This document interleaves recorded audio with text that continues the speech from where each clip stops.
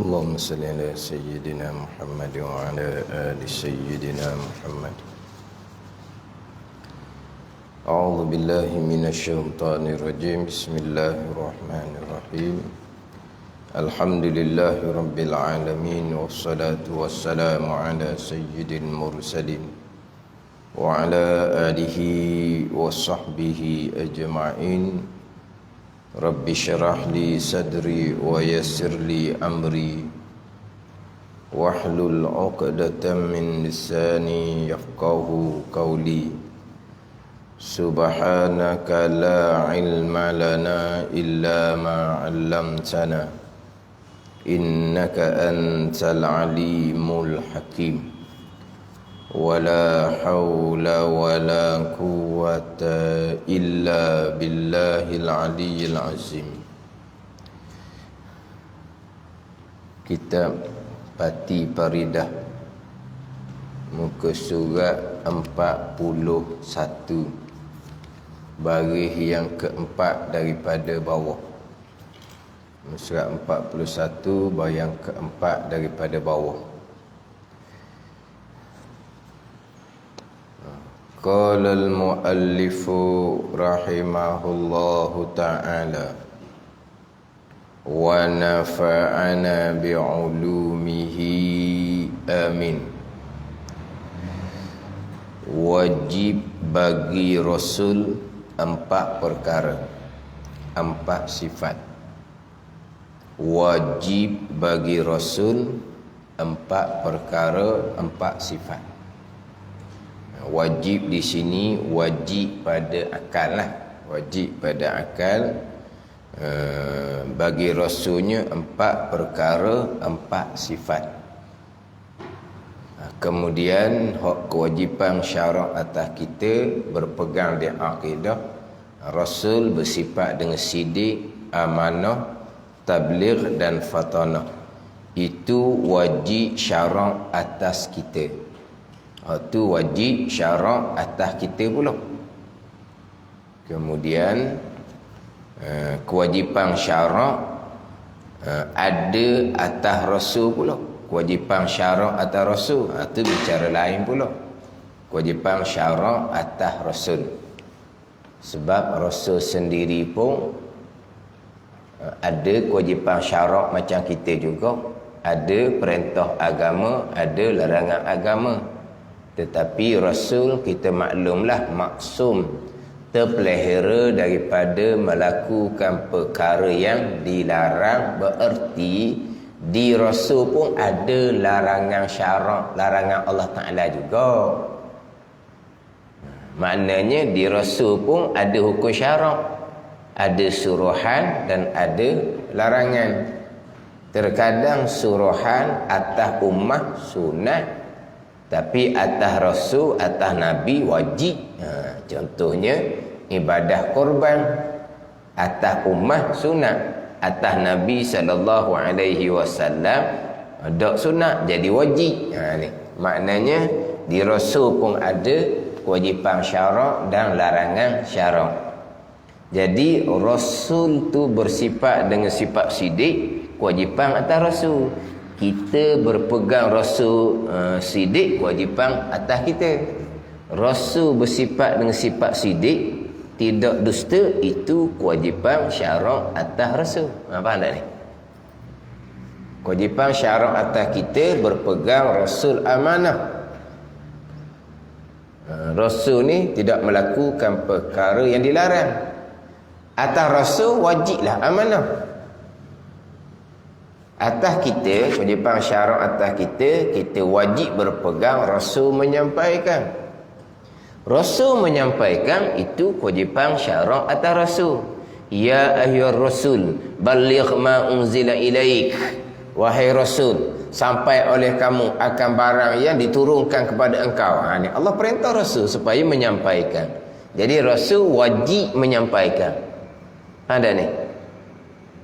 Kita wajib berpegang Rasul menyampaikan. Faham tak ni? Ni hukum akal baru ni. Wajib pada bagi Rasul pakai hukum akal. Kemudian kita pun berpegang Rasul, sidik, amanah, tabligh, fatanah. Ini kewajipan Syarak atas kita. Faham tak kewajipan syarak ni? Kewajipan syarak macam kewajipan semayang tu lah. Kewajipan puasa. Kewajipan syarak. Apa makna kewajipan syarak? Kewajipan undang-undang agama. Dia gitu. Syarak ni undang-undang agama. Itu atas kita. Atas Rasul pula ada kewajipan syarak. Rasul bercakap benar. Rasul boleh pahala. Rasul amanah. Rasul boleh pahala. Rasul menyampaikan. Rasul boleh pahala.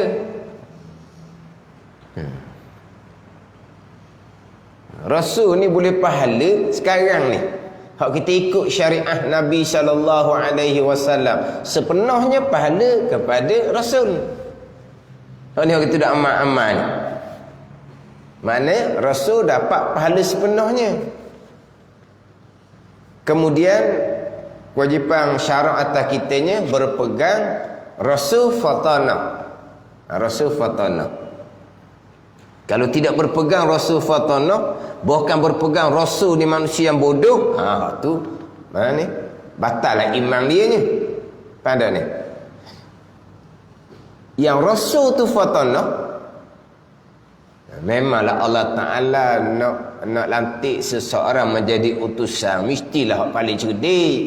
Sebab nak menyampaikan ni, kalau tak cerdik, tak boleh nak menyampaikan. Ada ni. Jadi Rasul tu cerdik. Ada tak kewajipan syarak atas Rasul? Kewajipan syarak atas kita berpegang Rasul fatana. Ada tak kewajipan syarak atas Rasulnya fatana? Sidik wajib atas Rasul. Amanah wajib atas Rasul. Tabligh wajib atas Rasul. Wajib syarak. Fatana wajib atas Rasul. Rasul cerdik, Rasul boleh pahala. Dia cerdik ni tidak ada kewajipan syarak. Sebab cerdik ni bukan benda ikhtiariah. Ingat tak ikhtiariah? Cerdik ni bukan perkara ikhtiariah. Cerdik ni boleh buat. Buat cerdik sikit, boleh. Kan orang cakap gitu kan. Kadang-kadang buat bodoh sikit, jangan buat cerdik sangat.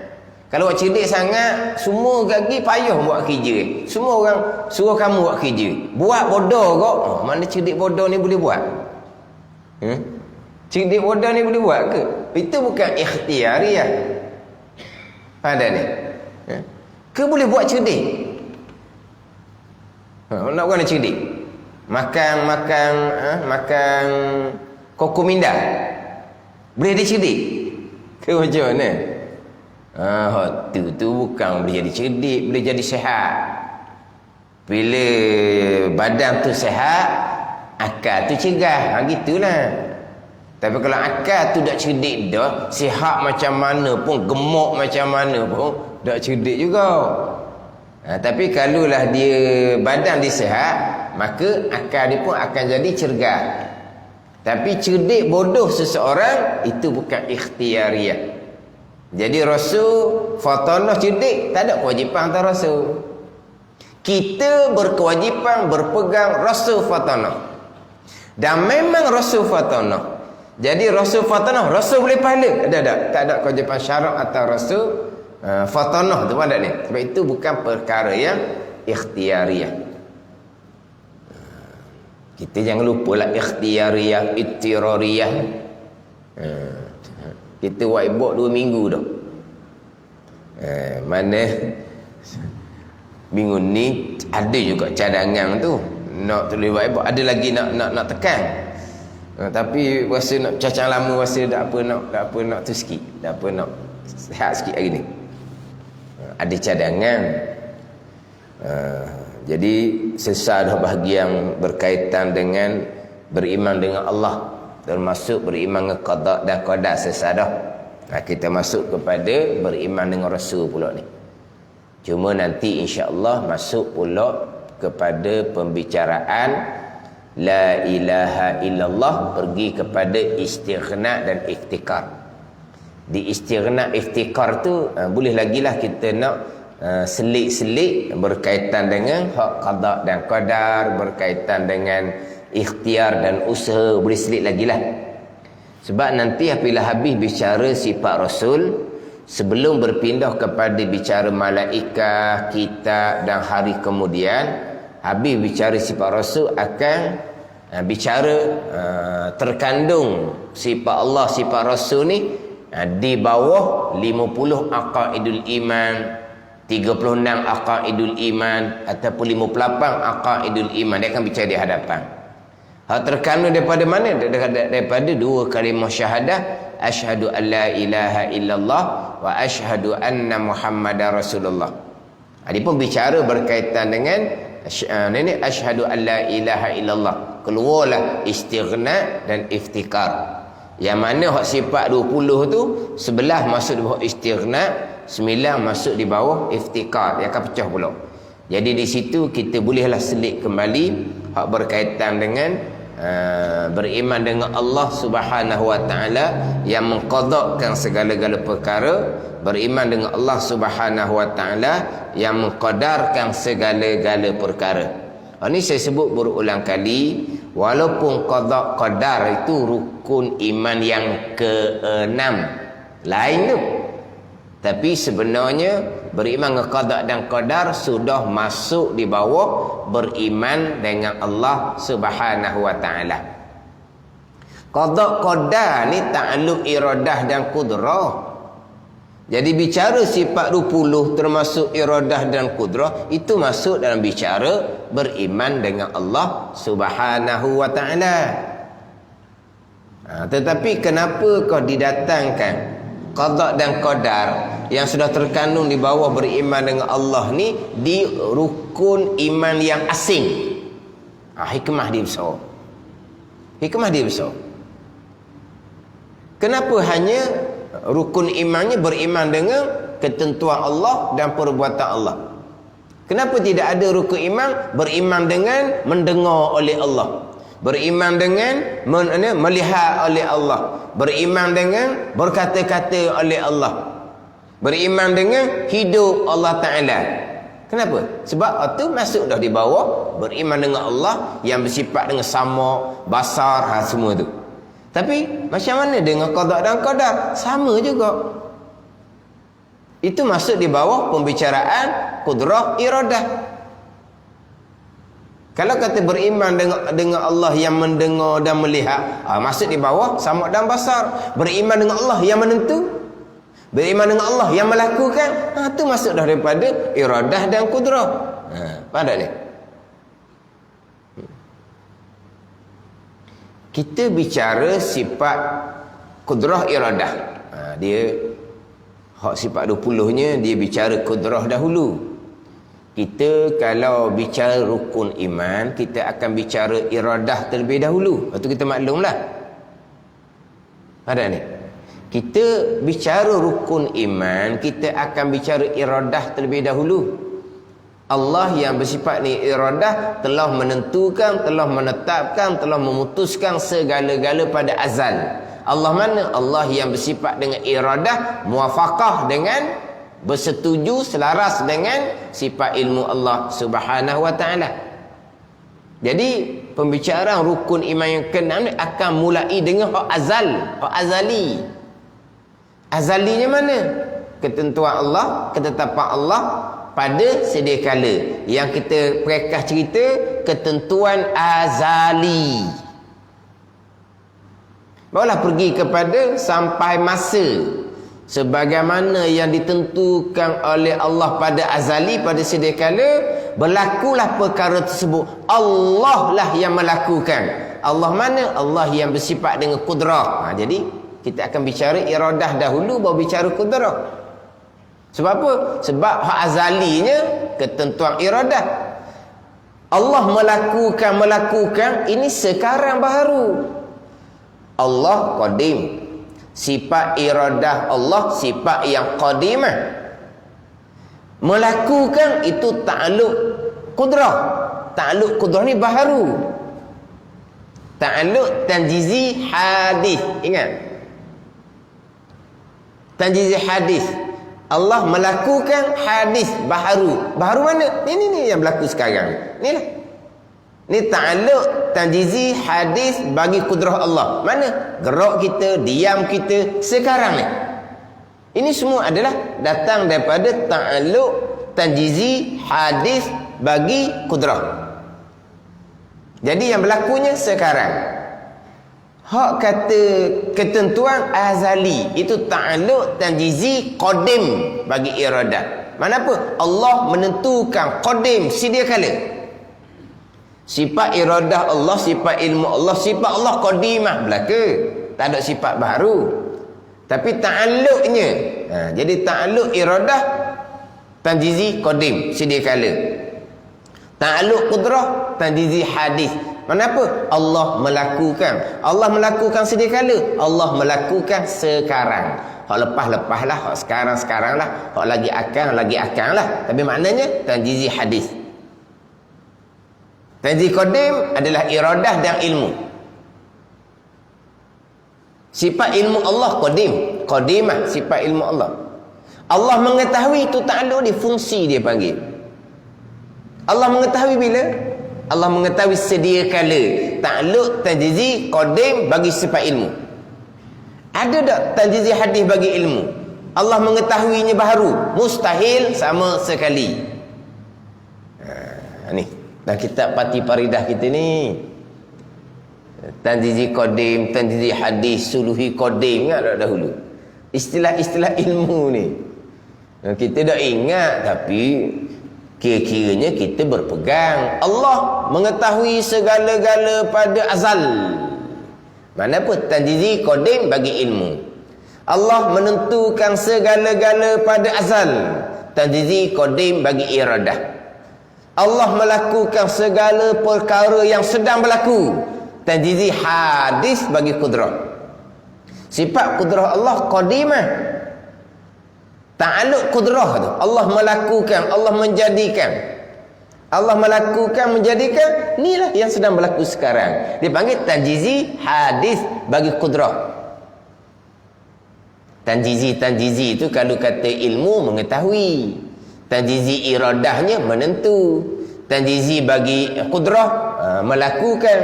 Tanjizi bagi sama' mendengar. Tanjizi bagi basar melihat. Tanjizi itu mana asal, meluluskan itu mana asal. Tapi dah terjemahlah tanjizi itu. Tapi kita fahamlah kalau ta'alluq tanjizi bagi ilmu adalah mengetahui. Bila Allah mengetahui sedia kala, tanjizi qadim bagi ilmu. Menentukan, tanjizi bagi iradah. Bila Allah menentukan sedia kala, tanjizi qadim bagi iradah. Tanjizi bagi kudrahnya melakukan. Bila Allah melakukan? Sekaranglah. Apa sedang berlaku sekarang? Sekarang bagi baharu ni. Tanjizi hadis bagi kudrah. Dia kena gitulah. Tapi pecahan-pecahan ni fardu kifayah belaka. Tapi barulah kemas kitanya. Jadi kita bicara rukun iman, kita akan bicara hak qadimah, hak qadim sedia kala. Ketentuan lah. Barulah bicara hak berlaku sekarang. Jadi hak ketentuan ni umpama pelang lah. Hak berlaku sekarang ni umpama pelaksanaan. Sebab dalam buku pasti ditulis ketentuan azali. Tapi di qadar ketentuan azali. Qada pelaksanaan ketentuan. Dia kata pelaksanaan ketentuan. Ada. Mana apa? Ketentuan ni pelang.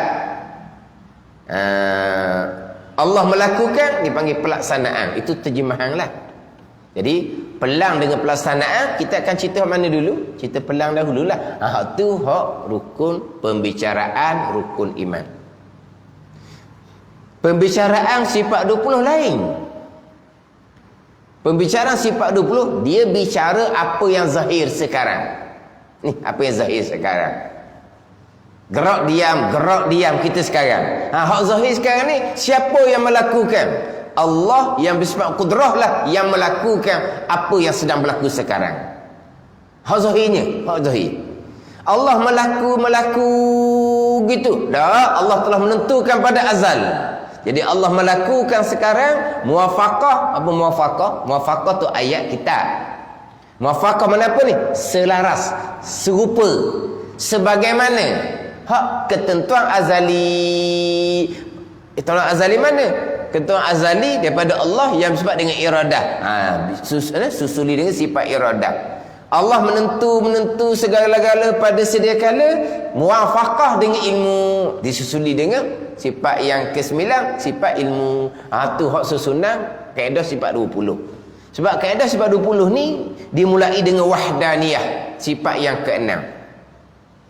Wahdaniyah lah asas kepada pembicaraan kita mengenal Allah. Sebab asas agama kita adalah kalimatut tauhid, la ilaha illallah. Itu asas agama kita, kalimatut tauhid, kalimah yang mengesakan Allah. La ilaha illallah, tiada sembahyang yang sebenar melainkan Allah, dengan makna Allah jua Tuhan. Keesaan. Itu asal dia. Kita bicara sifat Rasul, asasnya adalah amanah. Itu asal dia.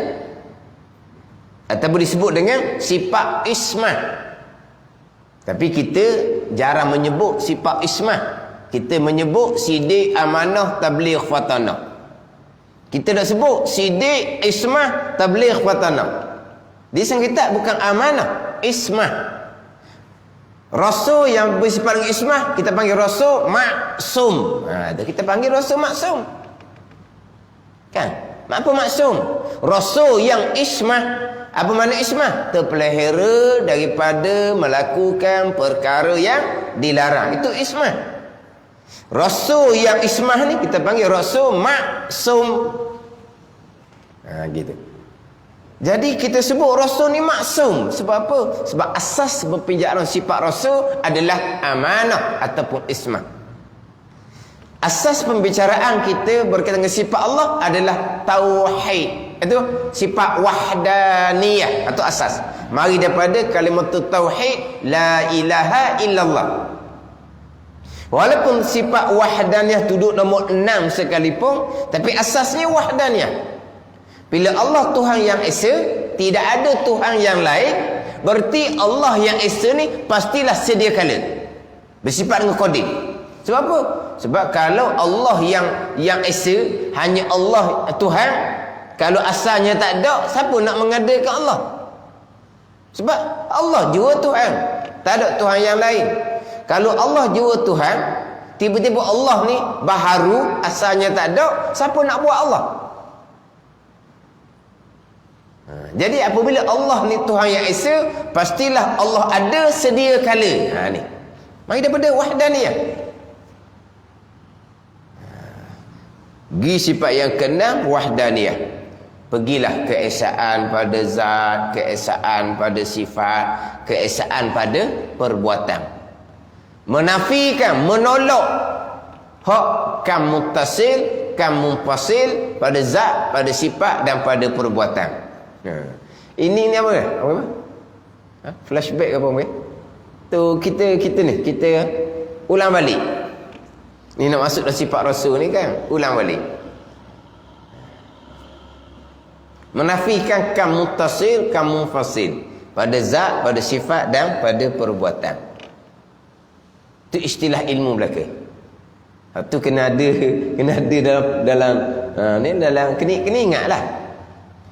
Kalau kita tak biasa mengaji lain, kita mengaji dah kitab ni, 4/2 dah kitab ni. Surat 41 dah. Kalau orang tak biasa mengaji, apalah sifat 20. Kokang dia kata. Pening kepala, pandang kokang. Kamu tasi, kamu pasi, kamu tasi, kamu pasi. Dia kata kokang, pening kepala dia kata. Pening dah belajar. Itu istilah ilmu. Kamu tasi, kamu pasti itu istilah ilmu. Mutasi apa? Mumpasi apa? Allah. Ngaji tajwid ada kan? Mak wajib mutasi, mak jaih mumpasi. Tak cik dengar? Tak kerti? Mutasi apa makna? Mumpasi apa makna? Kerti lah. Tak ada terjemah dah. Kena terjemah juga. Mak wajib mutasi, apa dia? Tak ada terjemah. Mak jaih mumpasi, tak ada terjemah. Kita faham dah mutasi mana apa, mumpasi mana apa. Sama juga. Kamu tasi, kamu pasi ni. Jadi keesaan pada zat, keesaan pada sifat, keesaan pada perbuatan.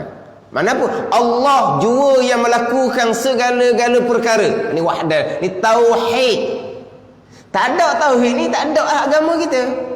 Tak ada kalimat tauhid itu.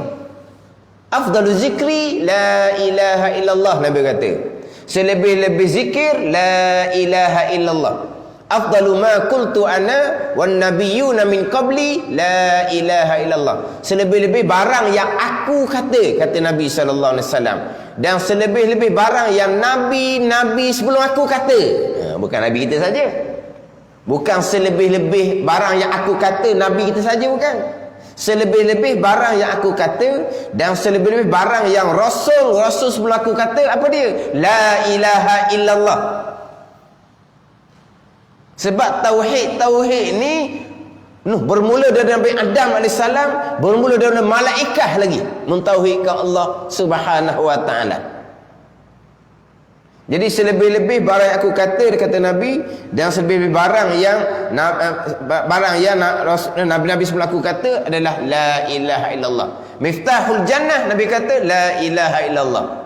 Anak kunci syurga, la ilaha illallah. Man kana akhiru kalamihi la ilaha illallah dakhala jannah. Siapa akhir kalamnya dengan la ilaha illallah, nescaya masuk syurga dia. Ini besarnya kalimat tauhid. Tapi bukan kalimat tauhid duduk di lidah saja. Ni, di pegangan. Kalau di lidah saja la ilaha illallah, di pegangan tidak mentauhidkan Allah, tidak ada guna. Dia berzikir la ilaha illallah ribu-ribu, puluh-puluh ribu, ratus-ratus ribu, juta dizikir dengan la ilaha illallah, tapi macam mana pegangan? Mentauhidkan Allah ke tidak pada zat, pada sifat, pada perbuatan? Kalau tak ada. Di lidah tu tak ada nilai pun. Walaupun dia mati dengan la ilaha illallah sekalipun, tapi kalau akidah dia tidak ada la ilaha illallah, tidak ada faedah. Yang ada ni. Tapi masa nak mati senyap, tak kata pun la ilaha illallah, tapi akidahnya la ilaha illallah, syurga. Ni, hak ni. Tauhid. Mentauhid, mengesakan Allah pada zat, mengesakan Allah pada sifat, mengesakan Allah pada perbuatan. Mengesakan Allah pada perbuatan. Apa makna? Kesemua perbuatan yang berlaku, perbuatan Allah juga. Makhluk tak bekas sama sekali. Cuma letak pada hamba ni ikhtiar usaha. Ikhtiar usaha hamba tak bekas. Bahkan diri ikhtiar dan diri usaha hamba itulah adalah perbuatan Allah Subhanahu wa taala. Wahdaniyah, barulah keesaan Allah pada perbuatan, keesaan Allah pada perbuatan. Allah mana yang perbuat? Ya sifat yang ketujuh, sifat kudrah. Allah yang kudrah lah yang melakukan segala-gala perkara. Allah melakukan muwafaqah dengan ketentuan Allah pada azal. Disusul sifat yang ke-8, iradah. Allah menentukan pada azal, muwafaqah dengan ilmu Allah. Sifat yang sebenarnya sifat ilmu. Jadi kalau ikut susunan sifat 20, dia bicara apa yang zahir terlebih dahulu, iaitu perbuatan Allah. Tapi dimulai dengan tauhid, wahdaniyah pada af'al, wahdaniyah pada perbuatan. Ingat baik. Tapi kita bicara rukun iman yang ke-6, kita bicara hak ketentuan dahulu, baru kita bicara hak yang berlaku sekarang. Itu susunan rukun iman yang ke-6. Tapi susunan sifat 20 dimulai dengan Tuhan melakukan perkara ni, semua yang berlaku ni kudrah, tapi dibina atas tapaknya adalah tauhid, mengesakan Allah pada zat, sifat dan perbuatan.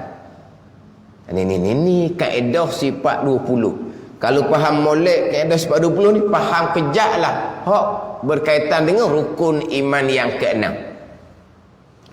Saya boleh hurah sedikit sebanyak berkaitan dengan rukun iman yang ke-6 ni, mari daripada jasa ulama yang menyusun kaedah sifat 20. Bahkan hak saya terjumpa mereka-mereka yang terpesong pegangan berkaitan dengan rukun iman yang ke-6, di antaranya daripada mereka yang memperolok-olok, mempermain-mainkan kaedah sifat 20.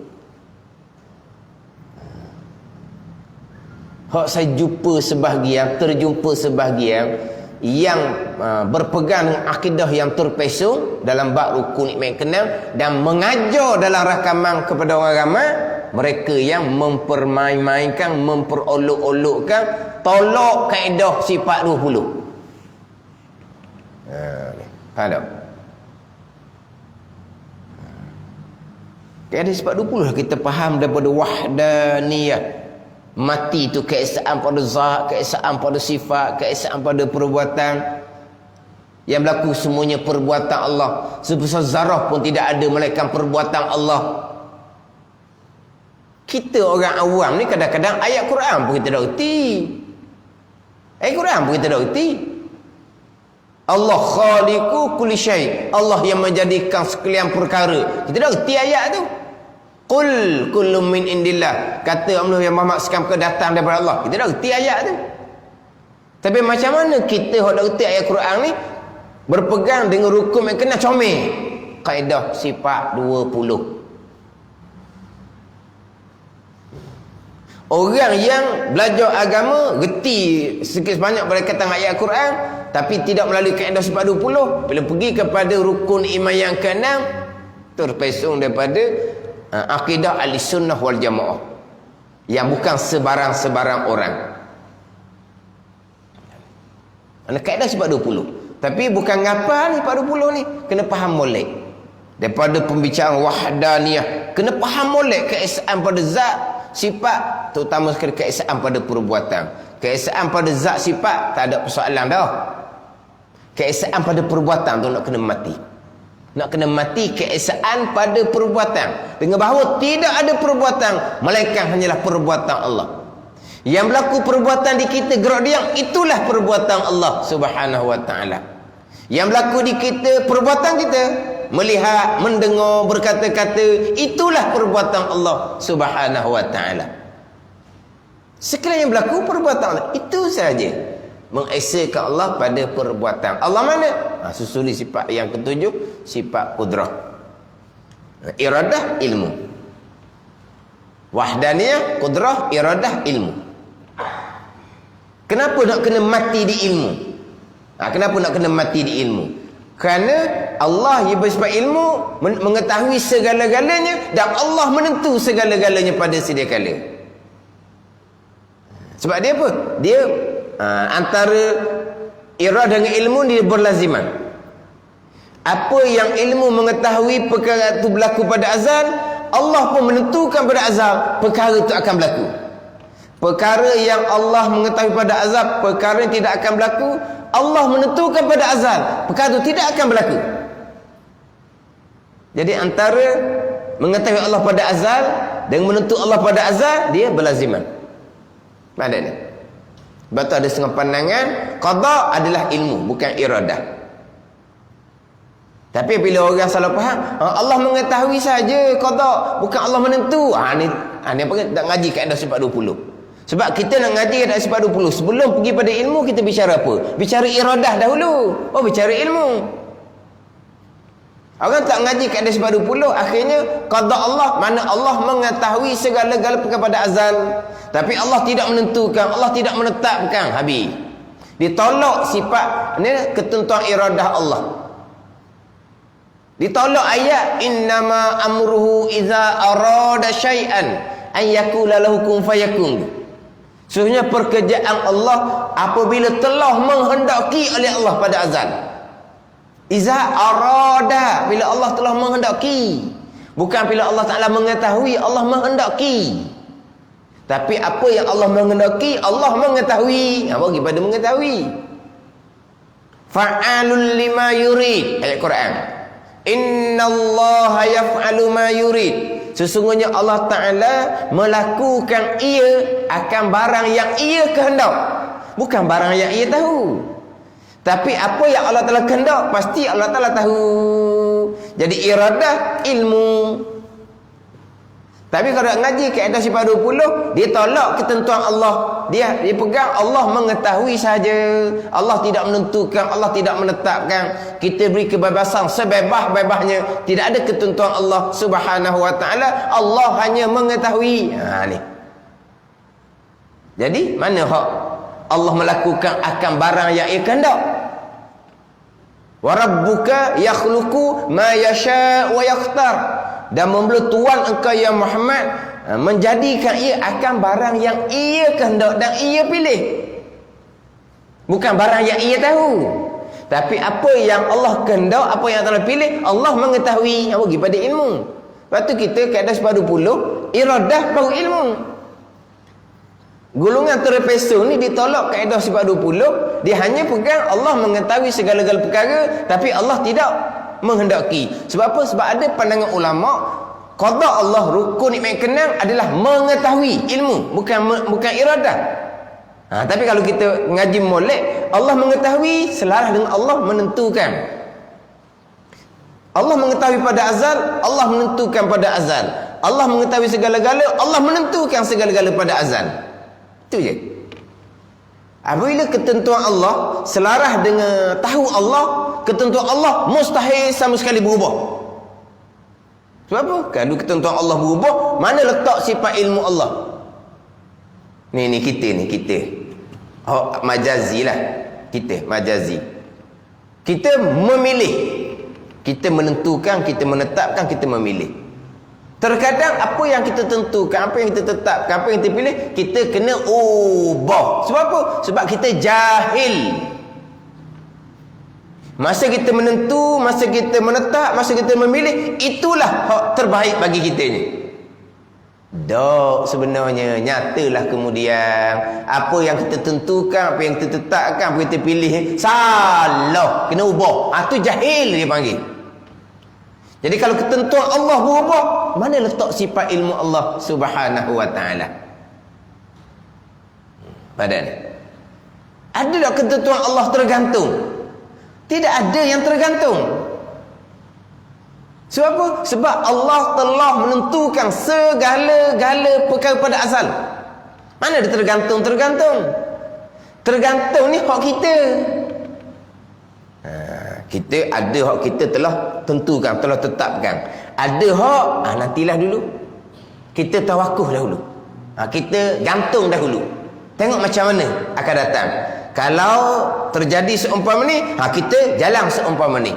Kalau jadi pasal lain, kita jalan plan B, plan A, plan B kan, kawan-kawan. Maknanya ada perkara yang kita putuskan. Ada perkara yang kita nak tengok dulu macam mana. Hak kita putuskan pun terkadang terpaksa kena ubah sebab jahil. Kenapa ada perkara yang kita tidak putuskan? Kita hanya kalau begini kita ikut plan A, kalau berlaku begini kita ikut plan B. Kerana kita jahil. Ketentuan Allah selaras dengan ilmu Allah, mustahil berubah dan tidak ada ketentuan yang tergantung.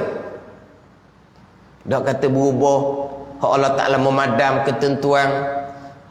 Mu'allaq itu catatan Lauh Mahfuz. Itu bukan bicara azali. Kita bicara rukun iman yang keenam, ketentuan azali. Catatan Lauh Mahfuz itu bukan azali. Lauh Mahfuz makhluk Allah yang Allah nak jadikan kemudian.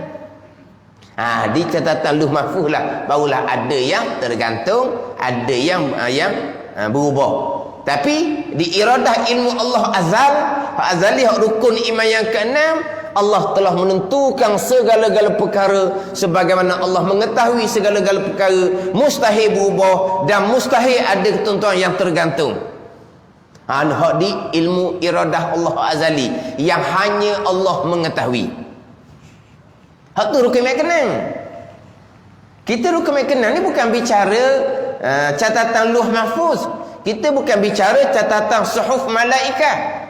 Kita bicara hak azali. Di iradah ilmu Allah yang hanya Allah mengetahui. Kerukun iman kita macam mana? Ketentuan Allah yang tercatat di Lauh Mahfuz.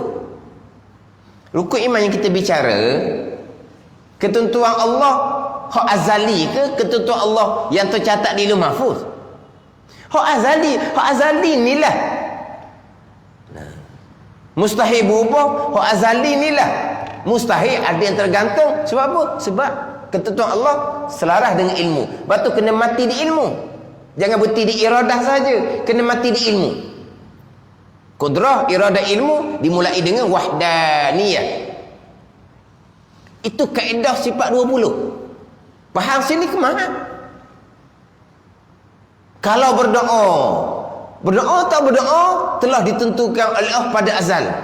Berdoa Tuhan bagi bahagian. Tidak berdoa dia tidak ada bahagian. Tergantung seumpama tu hanya di Lauh Mahfuz. Di azali ilmu irada Allah, Allah telah menetapkan pada azal dia berdoa dia akan dapat bahagian. Ataupun Allah telah menentukan pada azal dia tidak berdoa dan dia tidak ada bahagian. Sampai masa berlaku doa atau tidak, itulah hak azali. Tidak ada berubah-berubahnya. Tergantung berubah hanyalah di Lauh Mahfuz, bukan di azali. Yang kita baca rukun iman adalah azali, ketentuan azali. Kalau nimpung mana apa? Tak nak beza antara rukun iman hak ketentuan azali dengan hak catatan Lauh Mahfuz, berat ah. Berat sangat. Kitab Pati Paridah kita ni kira apa? Complete tau, lengkap. Pembicaraan ke-6 rukun iman lengkap. Orang mula-mula nak belajar bab iman, bab akidah, kitab Pati Paridah dirumuskan daripada kitab asal Faridatul Faraid karangan Syekh Ahmad Al-Fatani. Dalam kitab Pati Paridah ni tidak ada bicara berkaitan dengan ketentuan yang tercatat di Lauh Mahfuz dan ketentuan yang tercatat di suhuf malaikat. Tidak dibicarakan. Atau kena ngaji kitab besar lagi tu. Yang dibicarakan hanyalah rukun iman yang ke-6 berkaitan ketentuan azali saja. Berubah mustahil kalau berubah di mana sifat ilmu Allah. Kalau tergantung kau tak faham diumbi. Kalau berpegang ada tuan Allah yang tergantung memang tak faham diumbi. Umbi rukun iman. Allah telah menentukan segala-gala perkara. Ke macam mana? Allah telah menentukan segala-gala perkara. Faham tak? Lepas tu tergantungnya mana? Ke macam mana? Rukun iman, ni kata umbi, ni umbi. Rukun iman, Allah menentukan segala-gala ke Allah menentukan sebahagian-sebahagian? Allah menentukan segala-gala perkara. Wabil qadari kullih, kata Nabi sallallahu alaihi wasallam. Ketentuan Allah sekaliannya. Mana bila ketentuan Allah segala-gala, mana butir tergantungnya? Di tajuk rukun iman tak ada tergantung tu. Kalau kita pergi pula kepada ilmu pula, nak tergantung macam mana kalau selaras dengan ilmu? Tergantung hak kita tadi. Hak ni kita netak dah. Hak ni kita tengok dulu macam mana. Sebab apa? Dua-dua tu hak kita netak tiba-tiba terpaksa kita ubah kerana kita jahil. Hak kita gantung tu, hak kita tak wani nak netak, kita buat pelan A pelan B tu bergiam-giam kerana kita jahil. Tapi ketentuan Allah selah dengan ilmu, maka tak ada lah yang berubah, tak ada yang tergantung. Tergantung macam mana dengan rukun iman yang ke-6. Allah telah menentukan segala-gala perkara. Tak ada yang tergantung sebahagian. Oh, jauh sangat lagi. Jauh sangat. Ada ni. Tu saja. Dan kitab Pati Paridah tidak ada bicara hak berkaitan dengan Lauh Mahfuz ataupun suhuf malaikat. Itu yang baru, bukan hak azali. Di Lauh Mahfuz, di suhuf malaikat lah barulah ada yang muallaq, yang tergantung. Ada ni. Hubung silaturahim akan dipanjangkan umur.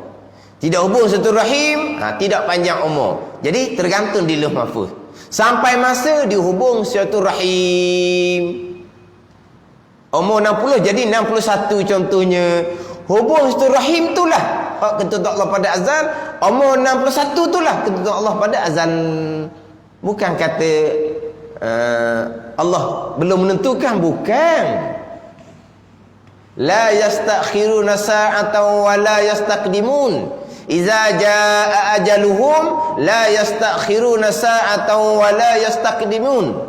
Siapa masa ajal lewat sesaat pun tidak, cepat sesaat pun tidak, itulah azali. Itulah kita bicara rukun iman yang keenam. Itu yang kita bicara sifat iradah dan sifat ilmu. Batulah kata kena balik kepada kaedah sifat 20. Tak balik pada kaedah sifat 20, kita tak akan faham hak rukun iman yang keenam tu. Sampai peringkat orang hak ngaji tinggi-tinggi dah pun, yang tolak kaedah sifat 20, dia memperolok-olokkan kaedah sifat 20 pun tak lepas bicara hak rukun iman yang keenam. Walaupun doktor sekalipun, hak saya jumpa-jumpalah. Hak saya jumpa-jumpalah. Hak ada rakaman-rakaman YouTube tu, hak memperolok-olokkan kaedah sifat 20, kita boleh tengok. Kalau dibicara bab rukun iman keenam, nak pergi ke mana? Ada ni. Kaedah sifat 20 tak ada pada masa Nabi. Kaedah ilmu tak ada belaka masa Nabinya. Bukan kaedah sifat 20. Hak kaedah kitab fiqh.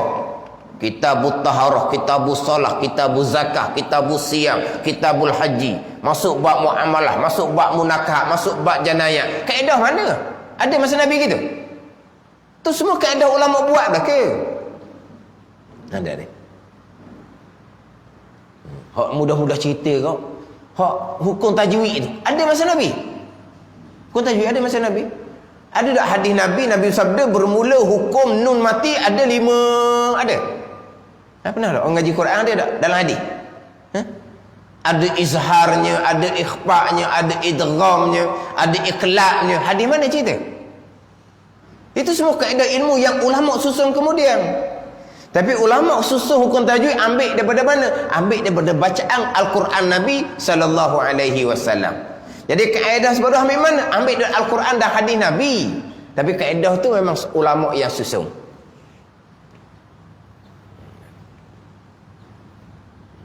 Cuma nak ceritanya hak kaedah sifat 20, dia akan bicara perbuatan Allah, barulah bicara ketentuan Allah. Lepas tu diasaskan atas ilmu Allah. Kita bicara rukun iman yang keenam, dia akan bicara hak azali, ketentuan iradah terlebih dahulu. Barulah dibicara berkaitan dengan perbuatan Allah yang bersifat dengan kudrah. Sebab apa? Sebab pelang dengan pelaksanaan, bicara pelanglah dahulu. Barulah bicara bab pelaksanaan. Itu susunan ini hak rukun iman. Tapi rukun yang keenam sudah masuk di bawah beriman kepada Allah Subhanahu wa taala. Tapi Nabi datangkan hak bab ketentuan Allah dan perbuatan Allah ni di rukun yang asing. Ada ni. Sebab apa? Sebab sini hak nak kena fokus. Allah menentu, Allah melakukan. Allah mendengar, Allah melihat. Itu nak bicara dah, memang kejap dah kita orang Islam yang beriman ni. Allah hidup, Allah mendengar, Allah melihat, tu tak dah. Hak Allah menentukan, Allah melakukan segala-gala. Mudah sangat-sangat je. Tapi terkadang terpesong bab pegangan ni di kalangan orang yang tidak disangka-sangka. Ada orang yang tidak disangka-sangka. Siapa? Orang yang rupa pengajian agama, yang tak disangka-sangka. Kalau kita orang kampung, tak pelik lah tu. Tapi sepatutnya tidak disangka-sangka juga. Semayang rajin, berjemaah rajin, salah pegangan, tidak disangka-sangka. Gitu juga sepatutnya. Rajin bermaklim waktu, rajin buat ibadat sunat, puasa sunat rajin, membaca Al-Quran rajin, umrah tiap-tiap tahun. Pergi pada bab pegangan salah, tak disangka-sangka. Memang tak disangka-sangka juga. Tapi hak kata tidak disangka-sangka ni orang yang aliran agama.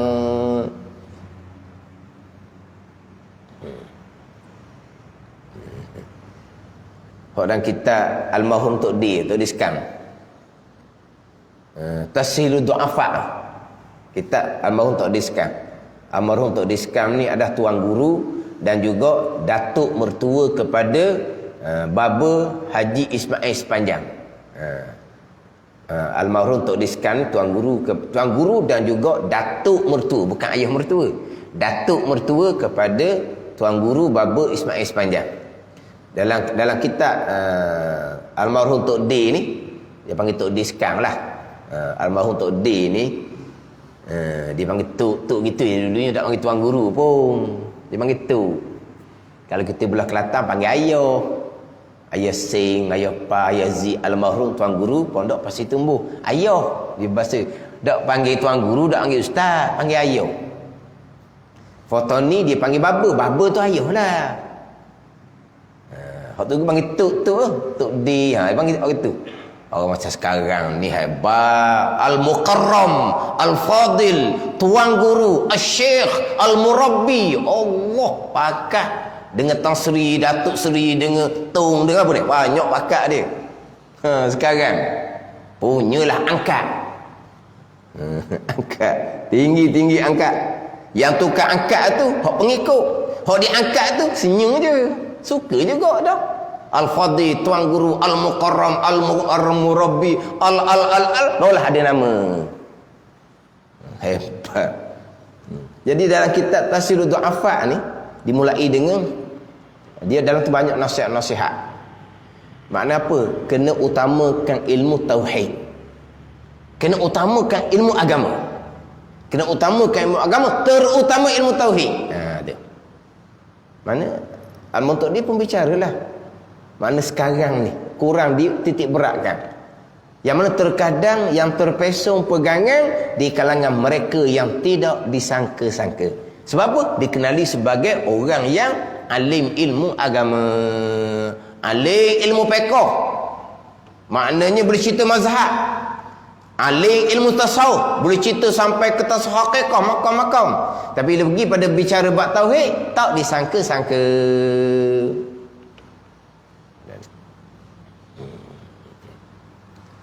Tapi kita orang awam semayang bang ni pun kalau tersalah pegangan tak disangka-sangka juga. Kena selama ni wa amal ibadah bohong, nipu je, bukan amal ibadah sebenar. Nak amal ibadah sebenar ni bicara dulu hak mengenal Allah, mengenal Rasul. Sah ke enam rukun iman, barulah ibadah yang sebenar. Baru dak bohong, dak nipu. Bohong nipu mana apa? Nak dapat kemasyhuran dunia saja, orang baik, orang semayang, orang berjemaah 5 waktu. Tapi bohong nipu kenapa? Pegangan pun tak mengaji. Atas dunia pun tak boleh nak menipu dah. Ni nak menipu Allah Ta'ala, nak menipu malaikat, catat pula. Sampai jumpa muka nakir nak tipu muka nakir. Sampai dia masyarakat nak menipu dengan amal ibadah kita tanpa akidah. Ni akhir zaman, rupa agama, orang masjid ramai tapi orang berimannya kurang. Tak ada orang beriman. Mana pun tak ada. Tak ada orang iman yang sempurna, tak ada.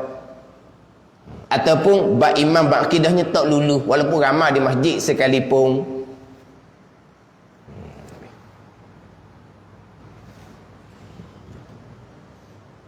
Jadi kita hak kaedah pada 20 ni ambil molek. Wahdaniyah, qudrah, iradah, ilmu. Kemudian kita jangan lupa dalam kitab Pati Paridah kita dahulu bicara berkaitan dengan permulaan yang wajib atas mukallaf. Ingat tak dahulu? Permulaan yang wajib atas mukallaf. Baca sifat Rasul saat ni baca dah sikit. Baca dah. Maknanya boleh dah nak lakoh satu baris itu boleh dah. Baca tak dia mula-mula tadi. Dalam kitab kita ni, dalam kitab Pati Paridah, di muka surat 6. Muka 6, petok yang ke-6 daripada bawah, tajuk besar dia permulaan yang wajib. Permulaan yang wajib pada syarak atas orang mukallaf sama ada laki-laki dan perempuan bahawa mengenal Allah itu permulaan. Ma'rifatullah itu permulaan. Kemudian apa makna makrifah? Di muka surat 7 baris atas sekali surat 7. Maksud dengan mengenal dan mengetahui itu. Dia mengenal ni araknya makrifah. Mengetahui araknya ilmu. Tapi makrifah dengan ilmu ni dalam ilmu tauhid lafaz yang muradif. Dua lafaz yang lain-lain satu makna. Dia panggil lafaz muradif. Lafaz mustarak ni lain. Satu lapah keluar dua makna pula. Tu hak mustarak. Hak ni lapah muradih ni dua lapah lain-lain. Makrifah lain, arafa ya'rifu makrifatan. Alima ya'lamu ilman lain tu, tapi maknanya satu. Contoh biasa Tugu buat agak ni buahnya dengan buah kelapa. Buahnya perkataan lain, buah kelapa perkataan lain, ejaan lain, sebutan lain, tapi sama. Faham tak? Artinya bagi muradif. Sekali-sekali makrifah dengan ilmu muradif. Apa dia makrifah? Ialah i'tiqad yang kukuh, yang jazam, yang putus, yang mengenai akan sebenar. Mengenai ini yang bertepatan dengan yang sebenar. Itu mengenai ni mana? Kena, betul, tepat. Itu mengenai. Kan sebenar yang dapat i'tiqad itu daripada dalil. Ini yang permulaan. Ini permulaan kitab kita. Lepas tu di muka surat sebelum tu bicara bab agama. Kemudian dibicara berkaitan dengan tanda orang beragama sebenar di muka surat 4. Tanda orang beragama sebenar 4 perkara. Pertama, i'tiqad yang betul. Tu orang beragama sebenar. Iaitu kejak di hati dengan ketuhanan dan lain-lain yang diiktikad oleh ahli sunnah wal jamaah. Itu orang beramal sebenar. Kalau tak ada iktikad yang sebenar ni, walaupun rajin semayang, walaupun rajin Jumaat, bukan orang beramal sebenar, bohong, nipu je. Sama ada dia bohong ataupun dia dibohongi, ditipu oleh syaitan atau rupa kebajikan. Sebab dalam kitab Minhaj, syaitan terkadang menipu daya dan atas rupa kebajikan. Rajin wa amal, rajin wa amal.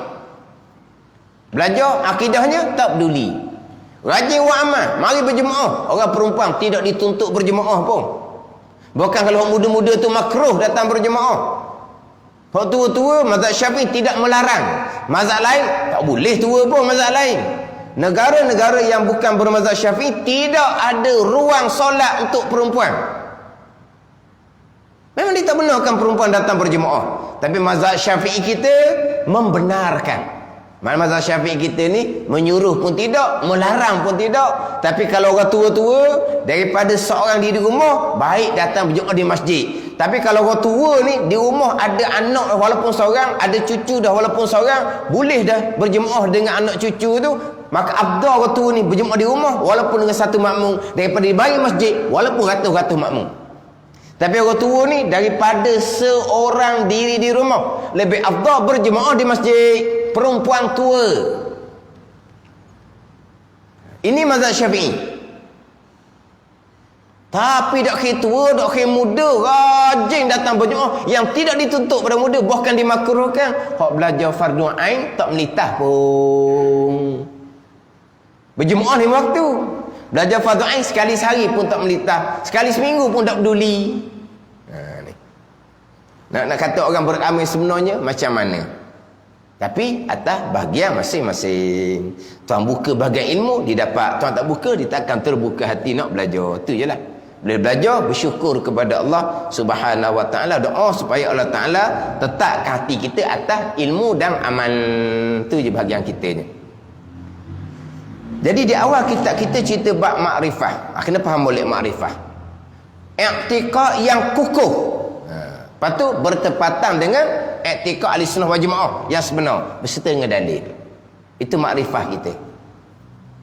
Dia ada satu lagi makrifah, dia panggil makrifah aulia. Itu makrifah lain. Jadi saya cadang asalnya nak membahagikan makrifah ni lah.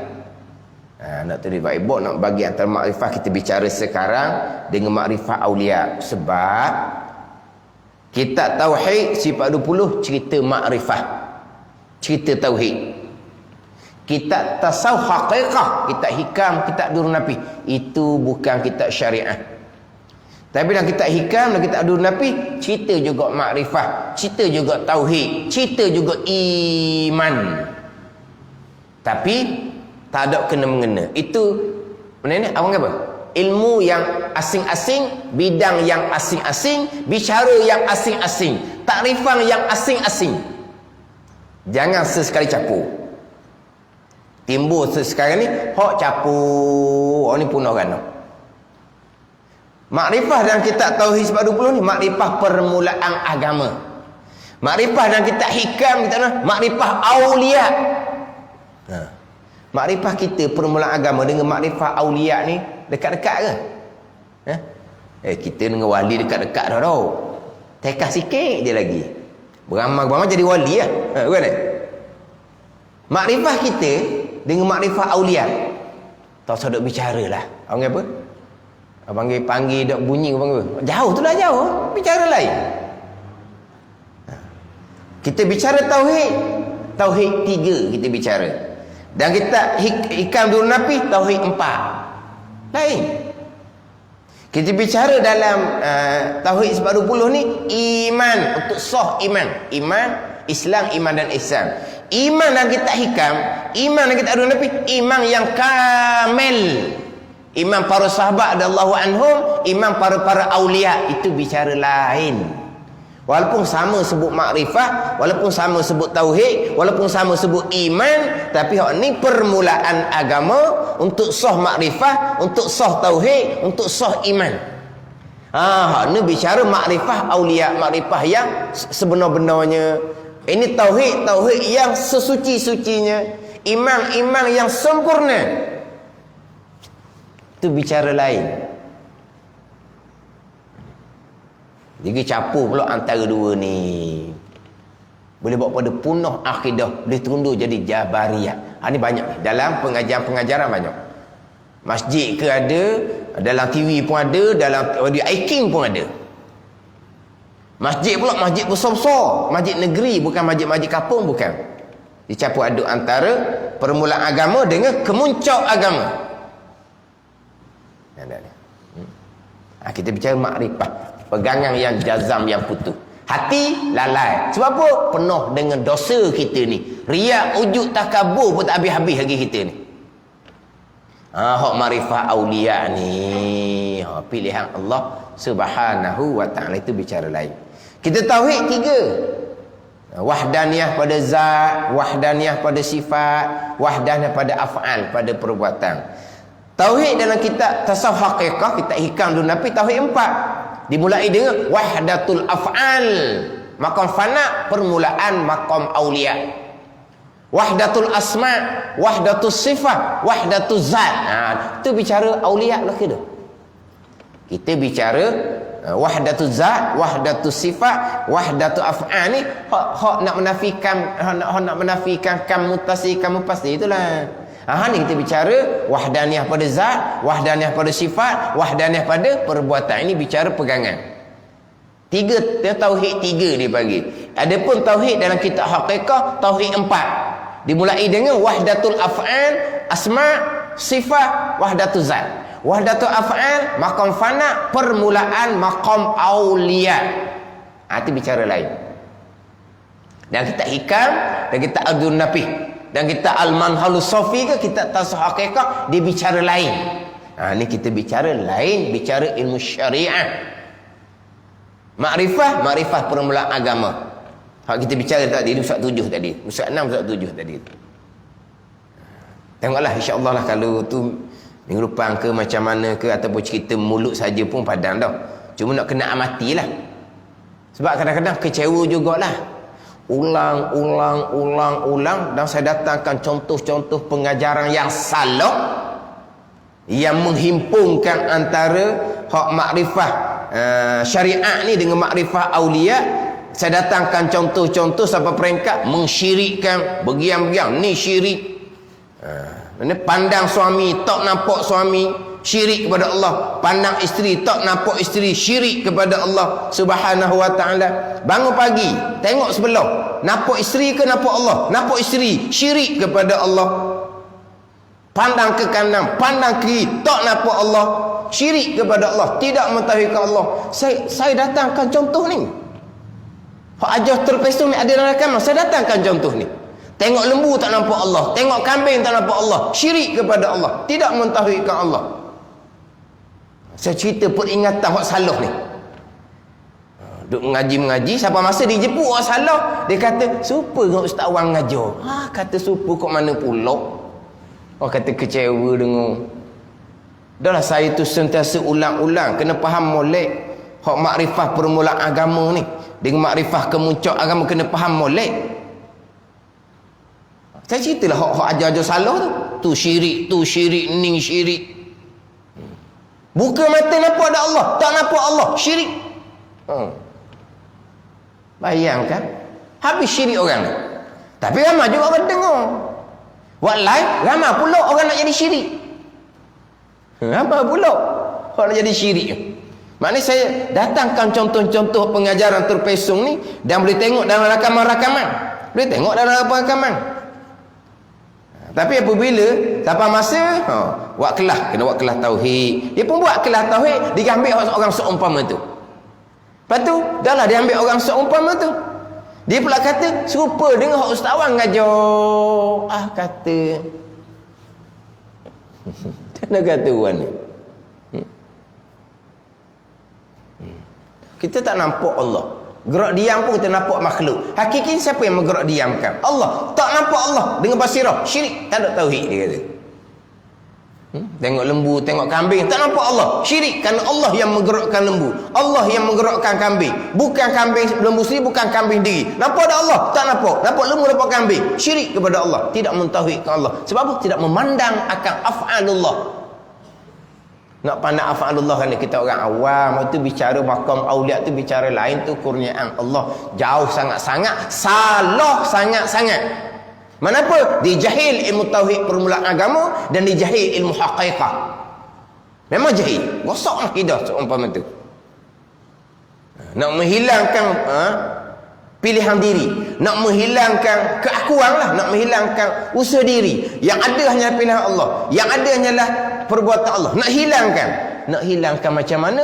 Tidak berpegang, kita ada pilihan. Tidak berpegang, kita ada usaha. Akidah Jabariyah terpesong. Hak makom fana ni Allah yang lenyapkan. Tidak ada di basar aulia. Bukan di aulia buat, Allah yang lenyapkan. Yang ada di basar aulia hanyalah af'alullah. Gitu ya. Bukan hak buat-buat. Hak tu tak boleh, kita wajib berpegang. Kita ada pilihan dan perbuatan. Tidak berpegang Jabariyah lah. Pandang sesuatu nampak Allah. Gini je. Panjang nak masuk kitab kedua tu. Ni contoh tu gua buat lah. Contoh tu gua buat.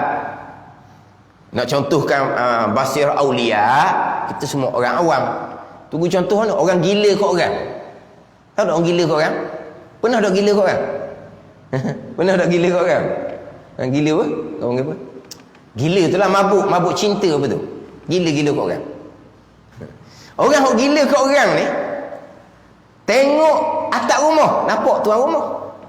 Tengok baju yang ada di ampayang, nampak tuan baju. Apa ni? Adakah orang kita gila tu menerak atas atap rumah? Tak. Tapi nampak atap rumah dah jauh. Hati pandang kepada tuan rumah. Sebab apa? Di hati tidak ada, melainkan hanya tuan rumah tu sahaja. Gila dia, menggila kat orang. Tengok pakaian. Lepas tu dia bawa pakaian. Sebab apa? Nampak tuan pakaian. Kalau kita hendak tu saja. Dia bercakap dengan kita, dengan kawan-kawan, dia bercakap dengan kawan-kawan. Tapi hati duduk mana? Hati dia duduk dia orang tu. Begitulah. Dia bercakap ni, dia bercakap. Tapi hatinya duduk di mana? Tak, hati dia dengan orang yang dia gila. Gitulah perumpamaan dia. Maknanya perlu memandang kepada makhluk, basirah hanya memandang Allah. Bercakap sesama manusia hanya zahir saja bercakap, hatinya bersama dengan Allah. Ini maqam aulia, bukan buat-buat ni. Gitu je bandingan dia. Nak hilangkan pilihan diri, nak hilangkan perbuatan diri, tidak berpegang ada pilihan dan perbuatan, tunduk jadi Jabariyah. Satu, dia mudah-mudah mensyirikkan orang, menafikan makrifah seseorang, menafikan tauhid seseorang, dan menafikan iman seseorang. Syirik habis orang. Tapi kalau tanya dia, syirik juga. Siapa yang dianya? Oh ni bukan, ni bukan. Di Terengganu kita banyak seumpama betul, ada di Terengganu kita. Dan di luar-luar pun ada. Luar-luar pun ada. Saya pernah pergi ceramah satu negeri jauh lah. Saya cerita-cerita bab pegangan, orang mari kemudian, ustaz ngajar sama dengan hak kuliah di masjid kita orang ni. Dia ngajar kita apa? Kita hikam. Kata sama. Kau mana? Hikam bicara maqam. Yang saya bicara pegangan. Saya cerita bab pegangan. Masa tu pergi, adalah dia ada program. Saya pergi mana dia suruh bicara. Saya bicara bab pegangan lah. Sudah semua tu masjid. Ada lepas isyak tu ada. Dia tu ustaz ajar serupa dengan hak kuliah di masjid. Serupa dah pelik lah sebab kita ajar fardu ain sahaja. Bukan mengajar ni ceramah fardu ain sahaja. Dia kata serupa tu dah pelik lah. Dan kita apa? Ustaz tu mengajar kita hikam, dia kata. Serupanya kat mana? Saya bicara i'tiqad, hikam bicara syuhud, zauq, wujdan, itu bicara lain aulia. Saya ceramah tadi hanya bicara permulaan agama sahaja. Ini kalau tak molek. Jaga molek sini. InsyaAllah minggu depan tu tengoklah kalau nak tulis whiteboard saya tulis ataupun cerita gitu pun tak apalah, tengok keadaan macam mana. Nak beza antara makrifah surat 6 surat 7 permulaan agama dengan makrifah bicara aulia dan kitab hikam. Kita tak perlu pun hak makrifah, tak perlu tahu pun kitanya, tapi sekarang perlu tahu hak makrifah dan kitab hikam tu makna apa, makrifah dan kitab aduk nafi makna apa, kena tahu. Sebab ada orang yang bawa campur aduk, bawa campur aduk. Ni kena beringatlah, kita orang ngaji kena beringat, dengar campur aduk gunduh lah, bukan pihak masjid pula dengar campur aduk sadilah hentikan. Tak boleh seumpama. Sebab apa? Ilmu lain-lain, bedat bidang lain-lain, bicara lain-lain. Ini bicara pegangan, ini bicara syuhud, zauq, kurniaan Allah kepada orang-orang yang sampai maqam aulia. Itu bicara kita hikam, kita adul nafi, lain-lain sangat bicara. InsyaAllah tu saya akan ke minggu depan lah. Ni kita minggu ni kita masuk kepada wajib bagi Rasul 4 perkara. Pertama, sidik. Wallahu a'lam. Boleh sebari. Boleh sebari.